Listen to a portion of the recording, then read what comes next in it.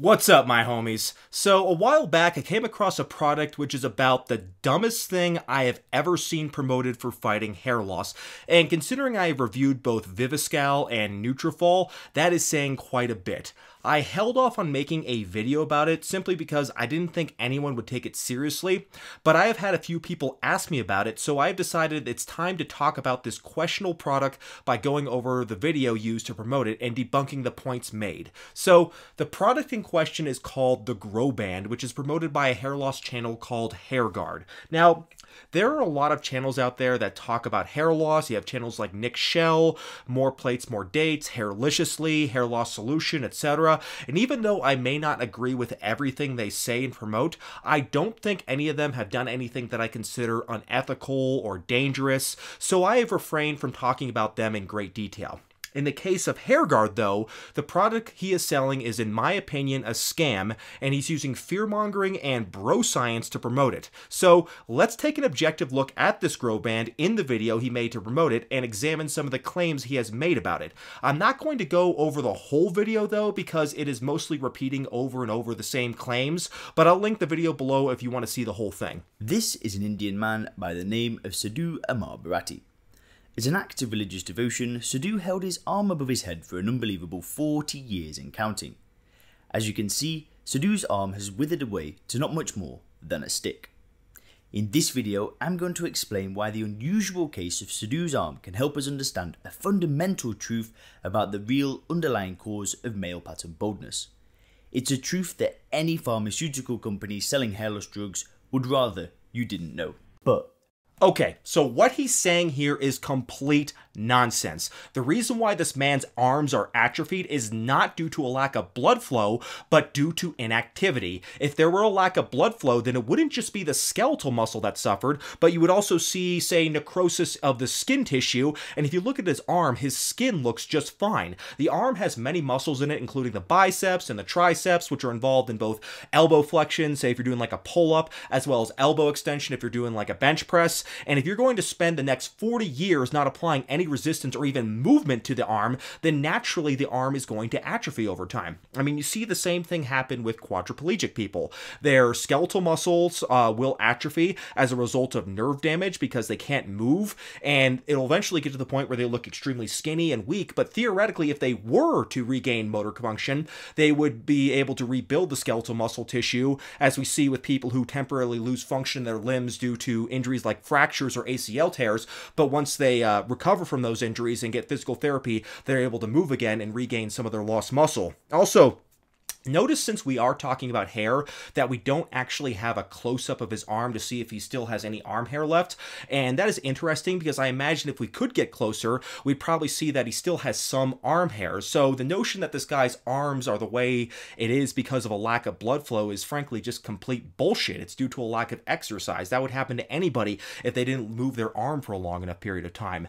So then he alleges that he knows some secret about hair loss that the pharmaceutical companies do not want you to know about, regarding his product, and the truth is they don't care about his product because it doesn't work. this image shows the tensile force of the scalp. The lighter blue colour shows areas of higher scalp tension, where the scalp is being pulled tight like the skin on a drum. The darker blue shows less scalp tension. Now let's take a look at the typical pattern of male pattern baldness as shown in the Hamilton-Norwood scale. Notice something weird? Well, the patterns are exactly the same. Tension in the scalp matches exactly the pattern of hair loss that most men experience. In fact, this isn't weird at all. Scalp tension and hair loss are directly connected. So he's saying here that the pattern of tension on the scalp is similar to the common male hair loss pattern. The first thing to point out about this is that not everybody loses hair in the same pattern. Some people lose hair on the crown first, and some people lose hair in an irregular, diffuse pattern, but the underlying cause is still the same, and that's genetic sensitivity to dihydrotestosterone, DHT. If scalp tension was truly the most important factor, we would expect the androgenetic alopecia pattern to always be the same. It's true It's true that the majority of men who lose hair will lose hair in the pattern that he mentioned, but this doesn't prove that this correlation implies causation. For example, the top of the head is also the area that is most exposed to the sun. So does that prove that sun causes hair loss? So what he's talking about here is pretty weak evidence, but let's give him a little bit of a chance to go more in depth and explain what he's trying to prove here. Actually, scalp tension causes male pattern hair loss. No, it doesn't. DHT does. Talk about jumping to conclusions. When it comes to healthy hair growth, blood flow is everything. No, blood flow is not everything. After all, we don't see people regrowing hair using ACE inhibitors or other type of blood pressure medications, or by doing cardiovascular training, or by doing other things that improve cardiovascular health, such as quitting smoking or losing weight. But nevertheless, let's go ahead and hear this guy out and see what his theory is pertaining to blood flow and hair loss. The older, mainstream understanding of male pattern baldness is that hair loss is caused by the hormone DHT.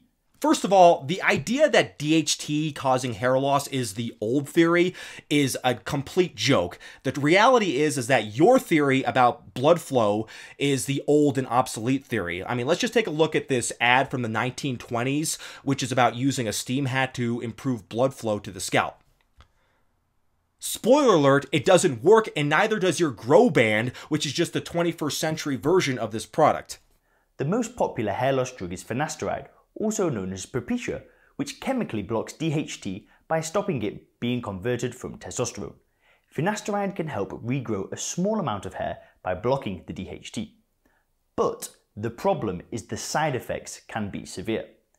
Blocking DHT with finasteride throughout the whole body can cause permanent sexual dysfunction.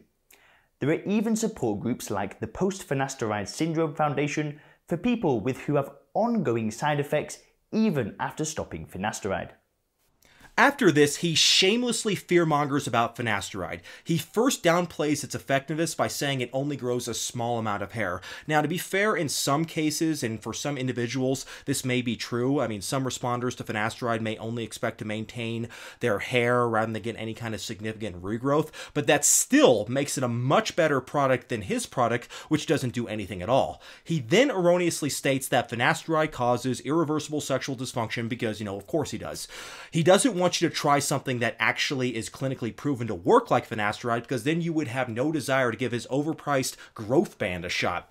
Now, I don't want to go too in-depth about it because I've already talked about it a lot, but the arguments about finasteride causing irreversible sexual dysfunction are tired, they're trite, they're weak, and they've been debunked many times over. I have addressed it in several of my videos already, but if you want some reference, then I'd recommend looking into the Trube study, which demonstrates that the allegedly prolonged side effects of finasteride are in fact just psychosomatic. Also, the studies are funded from the Post-Finasteride Syndrome Foundation, and they are completely tarnished by selection bias, which means the people in the studies already have a negative impression of finasteride, so they were clearly just giving themselves a nocebo effect. Like Dr. Michael Zitzman says, using finasteride for hair loss is like shooting at sparrows with cannons. The drug blocks not only the super hormone, but also other hormones that affect thinking and psyche, mood, and emotions. He then mentions a Dr. Michael Zitzman, who is a doctor associated with this Post-Finasteride Syndrome Foundation, and he quotes him as saying that using finasteride for hair loss is like shooting sparrows with cannons. This drug blocks not only the super hormone DHT, but also other hormones that affect thinking and psyche, mood, and emotions, blah, blah, blah. So, first of all, the notion that DHT is a super hormone is misleading, and in fact, pretty laughable. It is definitely not a super hormone. It is a trash hormone that causes things like hair loss, it enlarges the prostate, it causes acne. It is technically more powerful than testosterone, and so maybe that's what he meant, but it's not very active outside of the scalp, the skin, and the prostate, which is why in post-adolescence it doesn't really have many important roles in human physiology. I mean, after all, finasteride is one of the most commonly prescribed drugs in the world, and clinical trials have shown that the incidence of side effects with finasteride are very rare. They only affect about 2% of users, and if men were to suppress, like, say, testosterone, for instance, then 100% of men would get side effects. I mean, if DHT is so damn important, then how come so many people suppress it with no issues? I mean, I'm talking about the overwhelming majority of people. It's a very prescribed drug, and most people don't get any side effects from it, so maybe Dr. Zitzman can answer me that one. So the role of 5A reductase inhibitors and the role they have on neurological hormones, that topic is a bit more obscure, but the fact is the majority of people who take it will not get any side effects, and even those who do get side effects can easily mitigate their risks by reducing their dosages and frequency per their doctor's instructions. So this type of fear-mongering isn't doing anyone any good. The chances you'll have any adverse reactions from finasteride are way too low to justify this kind of paranoia. And on another note, I think it's a little bit offensive that somebody who pretends to be like a hair loss help channel of some sort, however you want to categorize that, is spreading so much fear-mongering and paranoia about finasteride. I mean, that would be like the equivalent of a vegan channel saying it's okay to eat meat. It just doesn't make any sense to me. My point here is not to scare you. Yes, it is. To quote Professor Freund from the University of Arizona, the enzymatic conversion of testosterone to dihydrotestosterone is oxygen dependent. In low oxygen environments, the conversion of testosterone to dihydrotestosterone is favoured, whereas in high oxygen environments, more testosterone is converted into estradiol.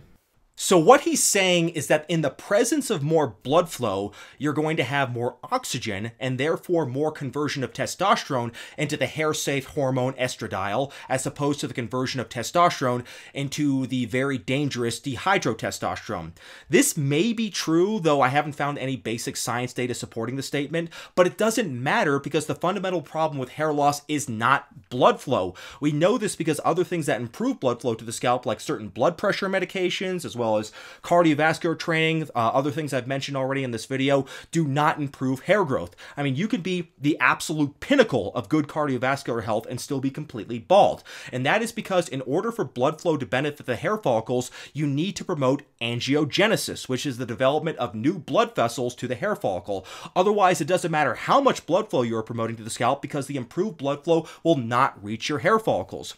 Now, one potential reason why DHT destroys hair follicles is because it inhibits IGF-1. And IGF-1 is a hormone which promotes angiogenesis around the hair follicle. And we know IGF-1 plays a role in hair loss since people born with Laron syndrome, which is a condition that causes a genetic deficiency in IGF-1, tend to be bald. So I go really in depth about this in my IGF-1 hair loss video, which I'll link below in case anyone wants more information about the mechanism behind that. But the point being, though, what he's saying about blood flow is misleading since it's not a simple linear equation where more blood flow equals more hair growth. The hair follicles are separate organs that have their own blood supply that is determined by other chemical factors independent of general blood flow, and using an external mechanism to trap blood into the scalp isn't going to change anything. So what he's saying about blood flow has some element of truth, I guess, but it is a gross oversimplification and it's misleading, and he knows it. He's just hoping you don't, but that's what I'm here for. Back in 1996, a team of scientists led by Dr. Goldman at the University of Michigan designed a study to see whether transcutaneous oxygen concentration, meaning oxygen levels within the capillaries of the skin, was correlated with male pattern baldness. They used 9 men suffering with male pattern baldness and 9 men for the control group who had no signs of baldness. What they found was that oxygen concentration was significantly lower in the balding areas of the scalp.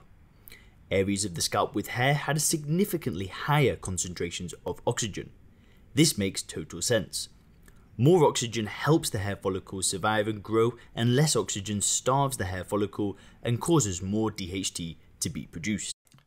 To add the further veneer of legitimacy, he brings up this study from 1996 where oxygen levels were lower in the scalps of bald men compared to men with normal hair. In more detail, the frontal bald areas of the scalp had lower blood oxygen than the temporal non-bald areas in bald subjects. However, and he glosses over this, there was no difference between the blood oxygen in the frontal and temporal regions of non-bald subjects. This may seem interesting, but it doesn't really mean anything because, number one, we don't know if the lower low oxygen levels cause the baldness or the baldness cause the low oxygen levels. I say this because when people lose their hair, they get increased collagen deposits in their scalp, which is basically scar tissue in place of where their hair was, and collagen doesn't have as much blood supply as skin. And we know this because if someone tears a skeletal muscle, it heals pretty quickly because it has a lot of blood supply. But if you tear a tendon, which is also made out of collagen, you're going to be out of commission for a long time because collagen in our tendons don't have very much blood supply to them. So basically,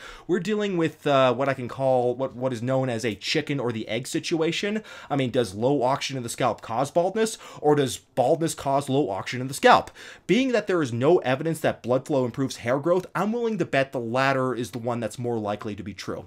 The second point is this really argues against his entire blood flow hypothesis that scalp tension causes reduced blood flow and thus hair loss. If that were the case, then why wouldn't there be reduced blood flow in the areas under tension in everybody's scalp? If there are certain parts of the scalp that are under tension, you'd expect there to be reduced blood flow in those areas whether they're balding or not. Yet somehow it's only the bald areas that have the reduced blood flow. So does any of this make any sense to you? I mean, so far it's not really hanging together for me, but let's go ahead and keep watching the video. So instead of having to take a dangerous drug like finasteride for the rest of your life and having to risk sexual dysfunction to block DHT, you could just increase the blood flow to your scalp directly, and that would block the DHT right where it needs to be blocked. So here we are back to more baseless finasteride gaslighting. I feel it's worth mentioning that according to the Mayo Clinic, finasteride is the 86th most prescribed medication in the entire world, and that includes both Proscar, which is the 5 mg tablet, as well as finasteride, which is the 1 mg tablet, which is more commonly prescribed for androgenic alopecia. So last year, over 9 million prescriptions were written for finasteride alone, and the drug has been on the market since 1992. If finasteride were really dangerous, as he claims, it would have been pulled off the market a long time ago. To give you an example of what I mean, Vioxx, which was an anti-arthritis drug, was pulled off the market after just 5 years, and there was very strong evidence which linked that drug to cardiovascular problems. The only evidence we have suggesting finasteride causes prolonged side effects are very weak observational studies with selection bias, as well as pathetic anecdotes from basement-dwelling dorks who are looking for anything or anyone to blame other than themselves as to why they cannot get laid. Finasteride is an extremely well-tolerated drug. The side effects are rare, and they can be mitigated through dosing adjustments, and when people do get sides, they are mild, and they often go away with continued use, and they will always go away with discontinuation. Nobody had even heard about things like post-finasteride syndrome until about 10 to 15 years ago, even though the drug has been on the market for close to 30 years, and that's because the condition was made up not by doctors, but by lawyers who see the potential profit behind litigation by using weak studies to sway a scientifically illiterate jury to help make their clients rich enough so they can spend their whole lives never having to worry about getting a job, so they can just watch hentai and whine about feminazis and SJWs until they croak one day. We can look at 3 separate medical studies which tested this hypothesis that scalp tension causes hair loss and answered the question.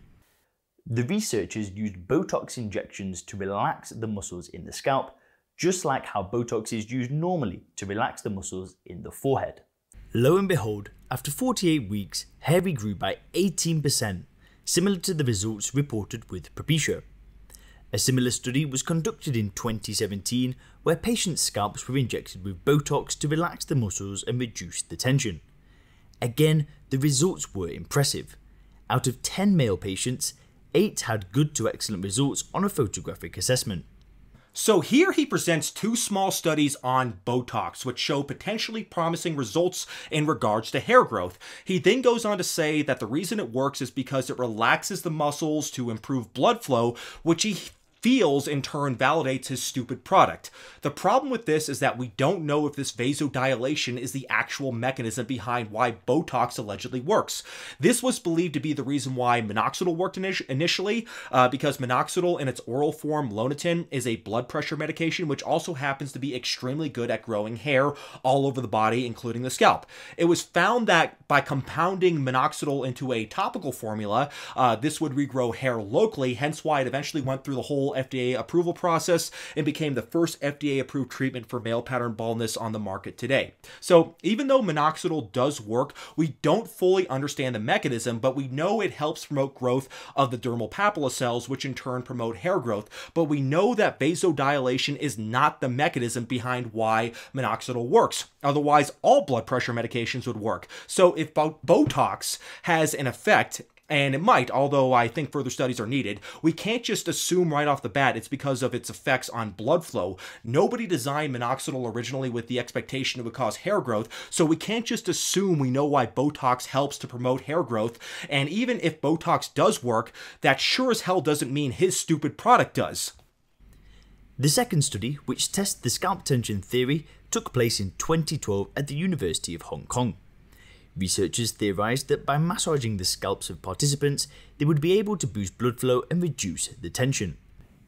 They found that hair thickness was shown to increase with standardized scalp massage. Again, proving the scalp tension theory of hair loss plays out in real life. So here is a figure from this Choi study he's talking about. This is some of the stupidest, most incomprehensible shit I have ever seen in my entire life. Even the studies on hydroxychloroquine curing the commie cough are more credible than this study. This study promotes the idea of changing your head shape with massage because the theory is that certain head shapes are less prone to hair loss than others. Changing your head shape in adulthood is something, as far as I know, is not even possible, and it's never been proven to work because the bones around the skull are already ossified by the time you hit adulthood. And humorously enough, the study is also filled with many grammatical and spelling errors. And the study makes the claim that with massage, quote, over 90% hair recovery was also found to be regrown from the hair follicles for each bald person in the study, unquote. This would be, if this were true, this would be by far the most effective treatment on the market. It would be more effective than finasteride or minoxidil or any other known hair loss treatment, which makes this suspicious, and the lack of any understandable methodology in the study really makes it pretty much completely useless. And I'll link the study below if you are feeling masochistic or you just want to read it for a good laugh. I'd highly recommend it. The third study that I want to highlight took place at the School of Medicine of University of Fukuoka in Japan, where researchers used a new device to push the scalp upwards and relieve tension that way. They found that the scalp is pushed up to relieve tension on the vertex. The efficacy rate of hair growth in alopecia patients was 40%. By simply pushing the scalp upwards to relieve the tension mechanically, a 40% effectiveness rate was achieved, and the photographic assessments confirm obvious hair regrowth took place. The last study from 1990 looked at a device similar to the Hairguard Growband in 39 men and 1 woman with androgenetic alopecia lasting an average of 10 years.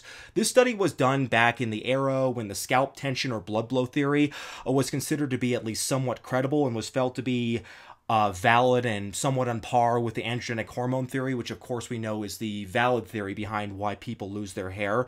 And this of course was done during the hair loss dark ages, where people's best hope for a hair loss treatment were terrible infomercials about the Helsinki formula shampoo narrated by Robert Vaughn. And that's when, like, they said things like, if you apply a shampoo to your hair, it's going to clean the scalp really, really well, and it's going to unclog the hair follicle, which will just allow it to regenerate. It's very humorous to think about, especially considering what we know about hair loss today. But anyways, getting back to the Hair Growband, the device was used for 2 hours a day for 12 months, but the results are only reported after using the device for 3 months, which is a pretty short time period. Now, reportedly, 40% had some improvement in hair growth, judging by photos, but the study was not blinded in any way, and there was not a control group either. This is a big problem because this STR device, that's what they call it, the STR stands for Scalp Tension Relaxer Device, was apparently created by the investigators themselves, and they would obviously be very biased in assessing the results of their own invention,